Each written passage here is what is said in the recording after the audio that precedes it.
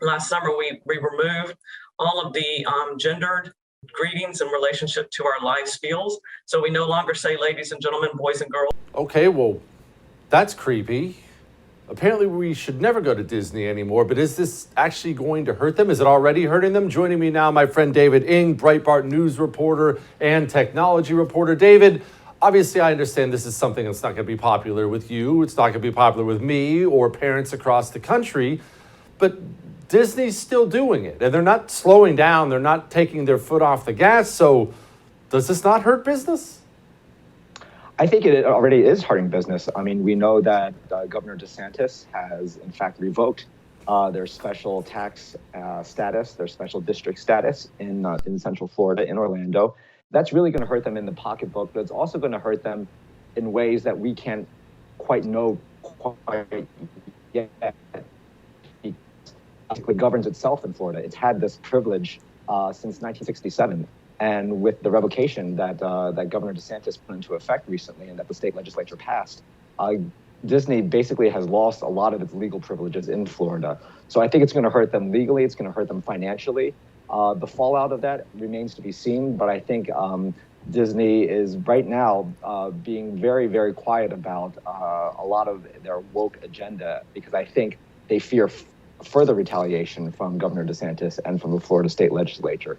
So I think they've kind of poked the bear, and now they've seen the response. And I think the fallout is going to be seen. I think it's going to play out potentially in court.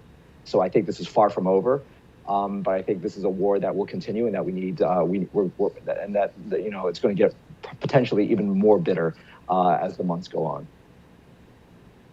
Okay, David, why do it then? You're Disney. Okay, I understand it's a new day and age, and I get all that, that times have changed, but you are the largest, unless I'm mistaken, the largest corporation on the planet aimed at children. I mean, it's really aimed at, it's a family company, family, kids movies, kids parks, it's all family.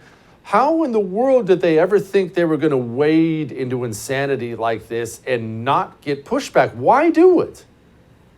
Well, I think this is what happens when progressives achieve, what we know as institutional capture, and it doesn't take that many employees in a company to achieve that. It just takes maybe one or two really loudmouth progressive activists to kind of toxify a work environment. And I think that's what happened here.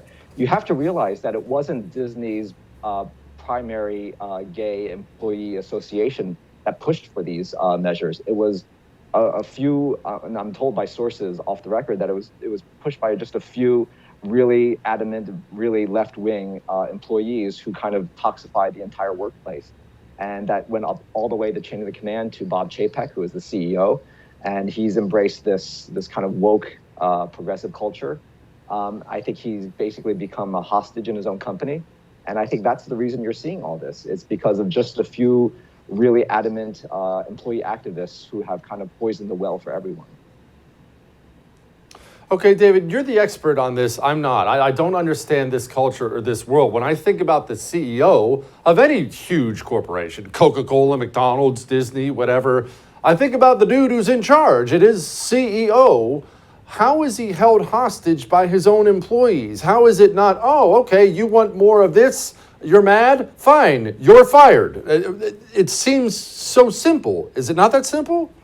Well, we would hope it would be that simple. We would hope that corporations operate this way.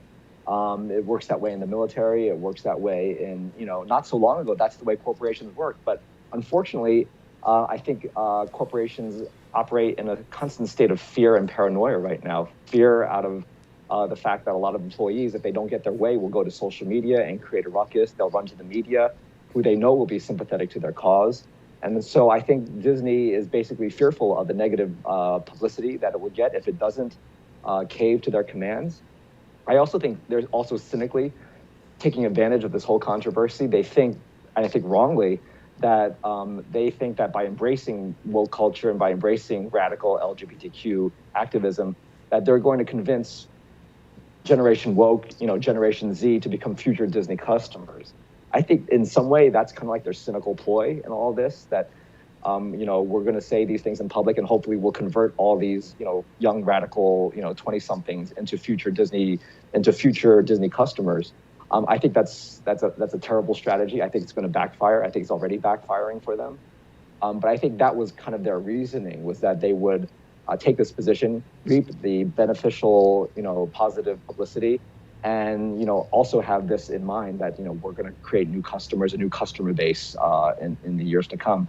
But I think that's already backfiring. They're seeing it right now in Florida that it's not working for them. And I think they're retrenching and trying to figure out what to do next. Don't miss Jesse Kelly Breaks History, The Forgotten Genocide, the first episode of a new series available now exclusively for First TV supporters. Visit the First TV app or thefirsttv.com to subscribe and start watching today.